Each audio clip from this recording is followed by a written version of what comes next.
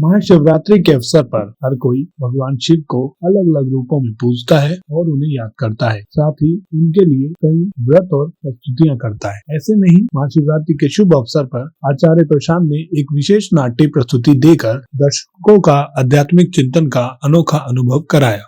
दूसरे पैर गया था,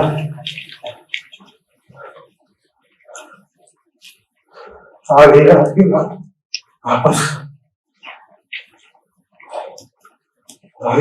वापस आया हूँ। सब सोच रहे होंगे इतनी देर कहाँ लगा दी, देर लगती गई तो वापस आ गया। यही बड़ी बात है। आज तो शायद वापस भी नहीं था।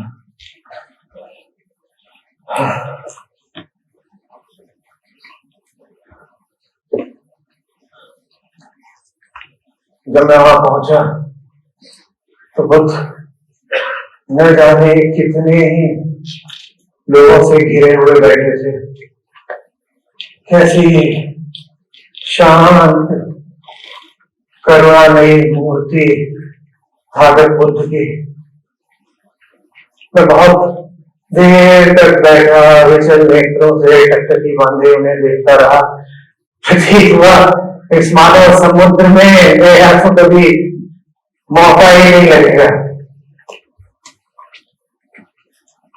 जब समय बीतने लगा, सांझ की ओर बढ़ने लगा, तो मैंने सोचा उठ करके वापस आ जाऊं।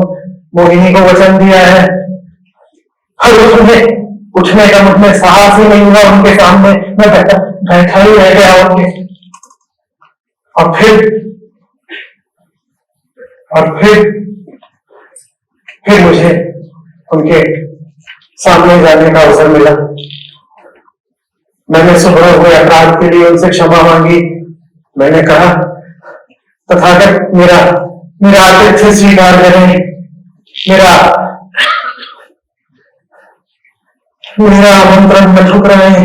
पर उनकी आंखों में वही पाषाण सी कठोरता, जैसे देखा उन्होंने और देख कर भी नहीं देखा मुझे।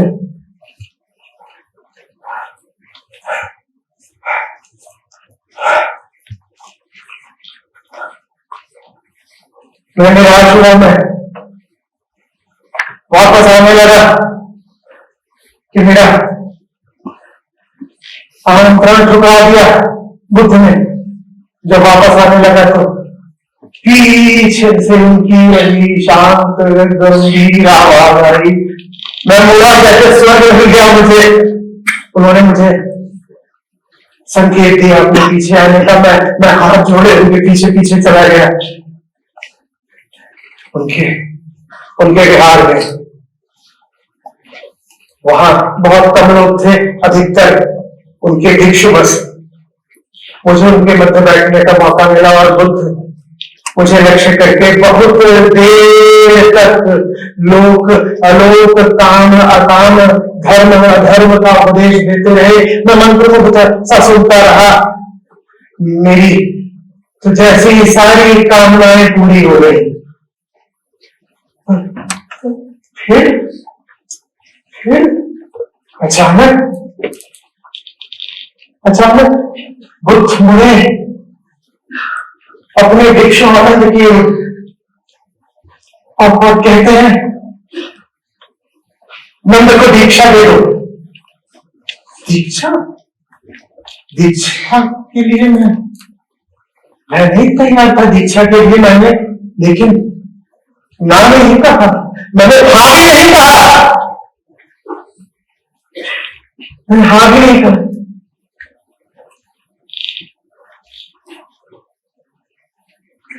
नाटक का मुख्य विषय आत्मज्ञान अहंकार से मुक्ति और भीतर के शिव तत्व की खोज पर आधारित था। संवाद सरल लेकिन प्रभावशाली थे, जिससे जटिल आध्यात्मिक विचार भी सहज समझ में आए। मंच सजा और अभिव्यक्ति प्रतीकात्मक थी, जो ज्ञान से ज्ञान की यात्रा को दर्शाती थी। दर्शकों को केवल देखने के लिए नहीं बल्कि स्वयं पर चिंतन करने के लिए प्रेरित किया गया। यह प्रमुख प्रस्तुति विशेष रूप से विद्यार्थियों के लिए एक प्रेरणादायक अनुभव रही, जिसने महाशिवरात्रि के उत्सव को केवल धार्मिक नहीं बल्कि आंतरिक जागरूकता का पर्व बना दिया। संवाद सरल हो या जटिल, आचार्य प्रशांत इस तरीके से प्रस्तुत करते हैं कि वो प्रस्तुति विद्यार्थियों को विशेष उपहार की तरह प्राप्त होती है और महाशिवरात्रि पे यही उनका ज्ञान और जागरूकता का संदेश बना।